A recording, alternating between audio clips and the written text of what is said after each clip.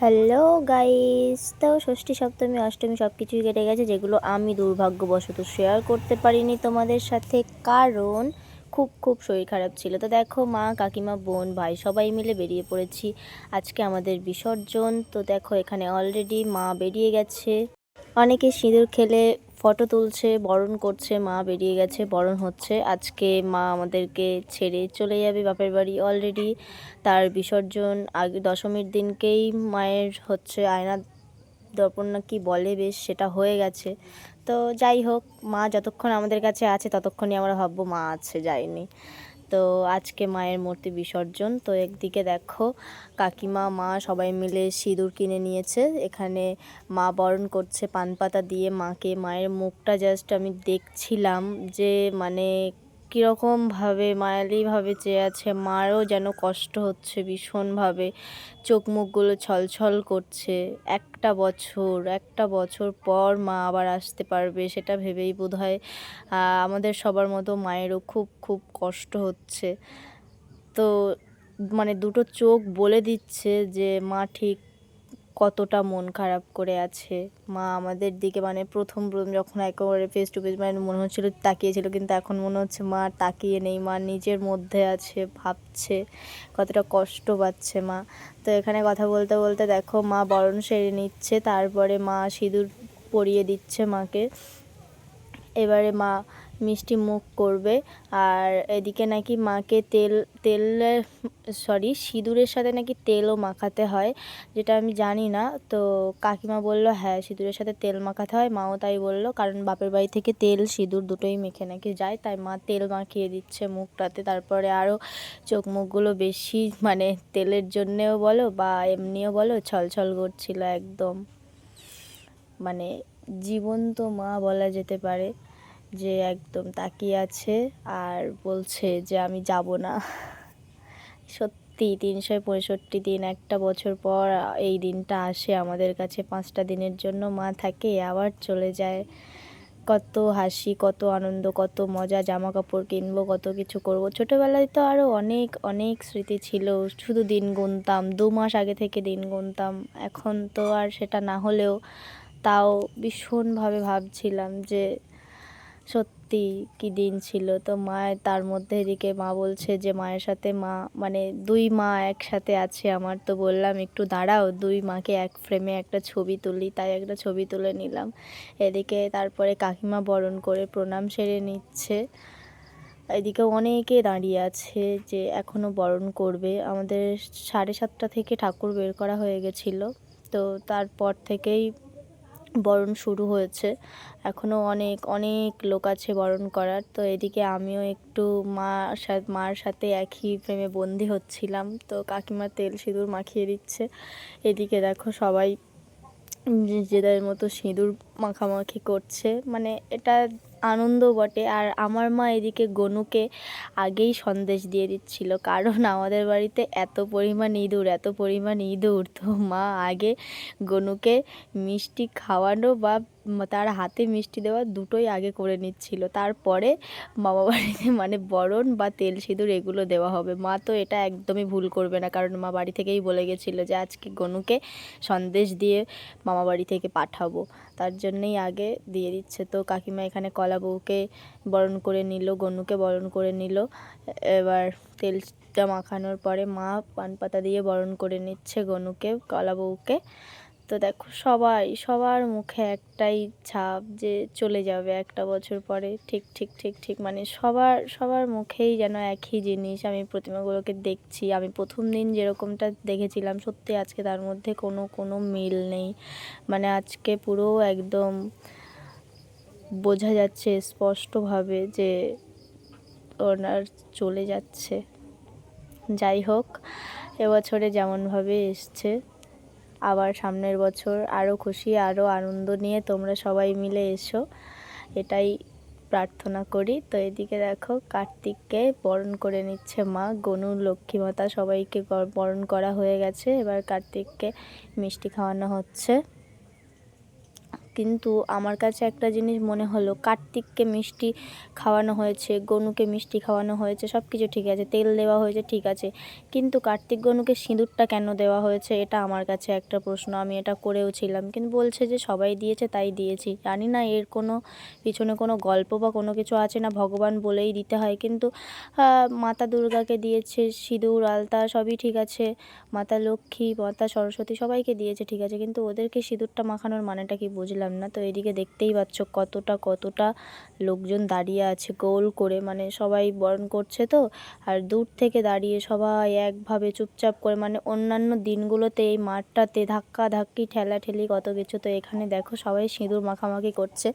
আর আমার মা বলছিল সিঁদুর মাখাও, আনন্দ করে ভালো করে মাখাও, এরকম ছোটাছুটি করে খামচাখামচি করে, মানে এটা রং খেলার মতন একটা ব্যাপার, যেন না মাখবো না এরকম কোনো ব্যাপার করে সব করছিল। যাই হোক, এটা একটা আনন্দের জিনিস, আনন্দের পার্ট। সিঁদুর খেলাটা বছরে একবার আসে, এটার জন্য অনেক মারা কাকিমারা সব অপেক্ষা করে থাকে, কিন্তু এখানে আমাকে বোকা বানিয়ে আমাকে সব সিঁদুর পরিয়ে দিল আমার কাকিমা। তাই আমি একটু রাগ করছিলাম যে আমি তো বউ নই, তাহলে আমার কপালে কেন দিচ্ছ, মুখে দিয়েছো মজা করে ঠিক আছে, তাই বলে কপালে দিতে হবে? কাকিমা বলে না ঠিক আছে, তোর কপালে একটা টুকু দিয়ে দিই বলে দিয়ে দিয়েছে। আর এদিকে দেখো অলরেডি অনেকেই সিঁদুর মাখা হয়ে গেছে, এই যে আমার মা কাকিমা সিঁদুর মাখা হয়ে গেছে তাদের রেডি। এবারে দূর থেকে দেখছিল যে বরণ করছে সবাই, কারণ আজকের দিনে দাঁড়িয়ে না মনে হচ্ছিল না মারা যতটা টাইম ছিল, বিশ্বাস করো ওদিকে স্টেজে গান চলছিল, কয়েকটা বাচ্চারা আনন্দ ছাড়া, আর সবাই মিলে মানে স্তব্ধভাবে মানে পুরো দাঁড়িয়ে আছে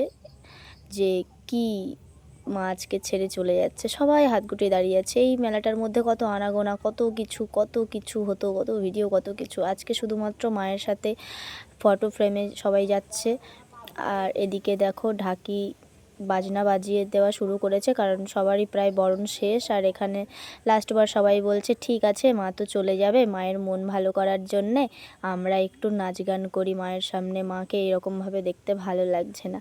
তো সেই জন্যে যারা আছে বয়স্করা সবাই মিলে নাচ গান করছিল এখানে দাঁড়িয়ে, বলছে যে মা তো চলেই যাবে, কিন্তু শেষ আনন্দ তো করতেই হবে, আর মায়ের মনটাও দেখি একটু ভালো করা যায় কিনা, তাই সবাই মিলে নাচ গান করছিল। এদিকে ধুনুচি তুলে নিয়েছে একজন মহিলা, তো দেখো কি সুন্দরভাবে ধুনুচি নিয়ে নাচ করছে, মানে এগুলো নিজের থেকেই, তিনি কিন্তু ফিটফাট হয়ে সুন্দরভাবেই এসছে। সবাই কিন্তু এটা করে না মন খুলে ভগবানের সামনে, নাচ বলো গান বলো, অনেকেই রিলস করতে পারে দাঁড়িয়ে থেকে, কিন্তু নাচ করতে পারে না ভগবানের সামনে, মানে নিজের মন থেকে। তো এখানে দেখো আরেকজন, ইনি হলেন একটা কাকু, যিনি প্রত্যেক বছর মানে মায়ের সামনে এটা করে, এটা একটা এক্সট্রা প্রতিভা বলতে পারো, মানে তার ভালো লাগে। সে এক বোতল কেরোসিন তেল নিয়ে মুখের মধ্যে রেখে দিয়ে, আর এরকমভাবে দেশলাই কাঠি ঠুকে ঠুকে আর এরকম আগুনের একটা গোলা তৈরি করে আর সেটা ফু দিয়ে উড়িয়ে দেয়, বেশ দেখতে ভালো লাগে। আমরা যখন ছোটোবেলাতে দেখতাম কিছুতেই বুঝতে পারতাম না, শুধু মাকে জিজ্ঞাসা করতাম মা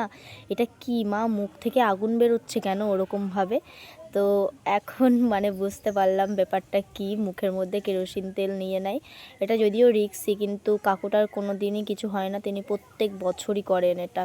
তো দেখো সবাই কতটা মানে একটু হলেও আনন্দ পাচ্ছে এরকম কিছু, কাকুও চেষ্টা করছে আনন্দ দেওয়ার মাকে আর সবাইকে, কারণ সবাই একটা দুঃখ ছলছল করা চোখ নিয়ে আছে যে মা চলে যাবে, এরকম একটা দেখে সবাই কষ্ট পাচ্ছে। তো তার মধ্যে কাকুও চেষ্টা করছে যে একটু মাকে আনন্দ দেওয়ার, সাথে সবাইকে দেওয়ার, তাই মা এরকম হচ্ছে যাতে দেখে খুশি হয় তার জন্যে কাকু এটা করছিল, ওই কাকুটা।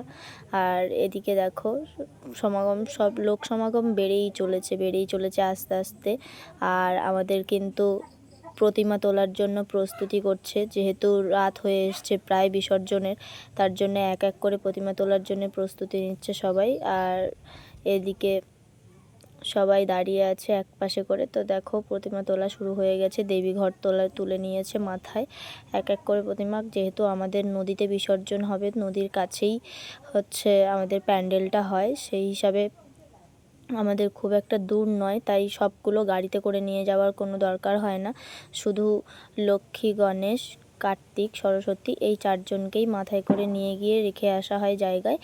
আর মা দুর্গার জন্যেই শুধুমাত্র ভ্যানটা দরকার হয়, যেহেতু মা তো মানে সব থেকে বড়, তার জন্যে ভ্যানটাই প্রয়োজন, তাছাড়া আর কারোর জন্যে লাগে না, যেহেতু কাছাকাছিই বিসর্জনটা হবে। তো তাও মানে সমস্যা একটাই কি বলতো, কলকাতার দিকে লরিতে সব একবারে নিয়ে চলে যায়, কিন্তু আমাদের এখানে তো ওটা হয় না। তো দেখো এখনও অবধি সবাই আনন্দ মজা করে চলেছে, মানে যতক্ষণ মা আছে তত তো দুঃখ হচ্ছে এই যে মা চলে যাচ্ছে, তার সাথে সাথে মানে তবুও যতটা মা থাকাকালীন আনন্দ করা যায় সবাই সেই চেষ্টা করছে। তো দেখো মাকে ভ্যানে তুলে দিয়েছে ফাইনালি, আর যেই মাকে ভ্যানে তুলেছে মানে এতক্ষণ আমি বলছিলাম, তোমরা হয়তো শুধু শুনছিলে, মানে কীভাবে অসম্ভব, মানে একটা বৃষ্টি এসছে এত জোরে হুট করে, কোনো বিদ্যুৎ চমকানো না, কোনো মেঘ ডাকা নাই, সবাই দেখো দোকানের চারিপাশ দিয়ে প্যান্ডেলের মধ্যে দিয়ে দাঁড়িয়ে গেছে, ওইদিকে দেখতেই পাচ্ছ, কারণ ভীষণ জোরে একটা বৃষ্টি এসছে। যেই মাকে ভ্যানের উপরে তোলা হয়েছে, আর এদিকে দেখো পুরো স্লিপ হয়ে গেছে রাস্তাটা, মানে ভ্যানে করে নিয়ে যাওয়াটাও খুব রিস্কি। আর কত তারে, যে এই সামনে একটা তার দেখতে পাচ্ছ, এই তারে বেঁধে গেছে, এবারে লাঠি দিয়ে উঁচু করা হবে, মানে মা যেন যেতেই চাইছে না, মা তো মানে কান্না করে দিয়েছে, আমরা সবাই কান্না করছিলাম দেখে। মার তো একদম, মার দেখো একটা অলংকার মাথা থেকে সেটা কেমন নিচে ঝুলে গেছে, মানে এটা থেকে বোঝা যাচ্ছিল যে মা ঠিক কতটা কষ্ট পাচ্ছে, মা যেতে চাইছে না কীরকম। এইদিকে দেখো পুরো রাস্তাটা সবাই মিলে কতটা কষ্ট করে ভ্যান ঠেলে চাকিয়ে নিয়ে নিয়ে যাচ্ছে, এবারে একের পর এক তারে মা বেঁধে যাচ্ছিল। তারপরে তো এই বৃষ্টিটাও অস্বাভাবিকভাবে, মানে এই যে বৃষ্টিটা হলো, এবার কিন্তু বৃষ্টিটা থেমে গেছে, সবাই যে বাইরে চলে এসছে, এতক্ষণ বৃষ্টি হচ্ছিলো। তো দেখো আমাকেও দেখতে পাচ্ছ, মানে মানে কেমন জানি না, একটা হঠাৎ করে মায়ের মুখটা দেখে এতটা মানে মন খারাপ হচ্ছিল, বলার মতো না। সত্যি কথা বলতে এবছরে আমি দুর্গাপুজো দেখেছি প্রায়, মানে ঠাকুর দেখেছি কলকাতাতে বললে চলে, আমি নবমী দশমী নিজের গ্রামে দেখেছি। তো তারপরেও মানে মাকে দেখার পরে লাস্টবারেও তো দেখতে পাচ্ছ, কাকু এবার মশাল নিয়ে নিয়েছে হাতে একটা, মুখের মধ্যে ওই যে বোতলে করে ঢালছে কেরোসিন দূর থেকে, আর ওই যে মশালে করে তারপরে আগুনটাকে বলতে পারো কালার লাগছিল, খুব সুন্দর। তো মাকে নিয়ে চলে আসা হয়েছে নদীর রাস্তায়, শুধু মা আসেনি, মার সাথে মার সব সন্তানরা চলে এসেছে। তো দেখো কি সুন্দরভাবে কাকু মশালটা হাতে নিয়ে আর মুখ থেকে কেরোসিন তেলটা বার করছিল, আর কত সুন্দর লাগছিল। এই যে এখানে সবাইকে এক এক করে সাজিয়ে রাখা হয়েছে, আর নদীর রাস্তার কাছে আনা হয়েছে, এটা আমাদের নদীর রাস্তা, মানে বিল্ডার্সের যে ইট বালি রাখা হয় সেই ফাঁকা জায়গাটাতে। এই যে সামনেই নদী, গঙ্গা মা দেখতে পাচ্ছ। তো এখানে বড় একটা লাইট দেওয়া হয়েছে, মাকে এবার আস্তে আস্তে লাবানো হবে ভ্যান থেকে। তো এখন মায়ের অলংকারের মাথার যে চূড়াটা সেটা ঠিক করে দেওয়া হয়েছে, মায়ের মুখটা দেখা যাচ্ছিল না, আমাদের ভালো লাগছিল না, মানে যতক্ষণ আমরা তাকিয়ে আছি যেন মাকে ভালো করে দেখতে পাই, তার জন্য সবাই মিলে, আবার মা তো অনেকটাই উঁচু অনেকটাই বড়, তাই হাত দিয়ে কেউ ঠিক করতে পারবে না নিশ্চয়ই, তার জন্যে একটা লাঠি বা বাঁশ টাইপের দিয়ে সেটা ঠিক করা হলো। তো এখানে দেখো সবাই ক্যামেরা বন্দি করার চেষ্টা করছিল মায়ের এই রূপ বলো, এই মুখ বলো, ছলছল করা মুখ, সব কিছুই তুলতে চাইছিল। তো এখানে আবার ঢাক বাজাতে শুরু করে দিয়েছে মাকে, সবাই উলুধ্বনি দিচ্ছিল, যেহেতু আমাদের মা মানে সবকটা প্রতিমা বিসর্জনের আগেই দেবীঘট বিসর্জন হবে, তার জন্য সবাই মানে উলুধ্বনি দিচ্ছিল, ঢাক বাজাচ্ছিল। আর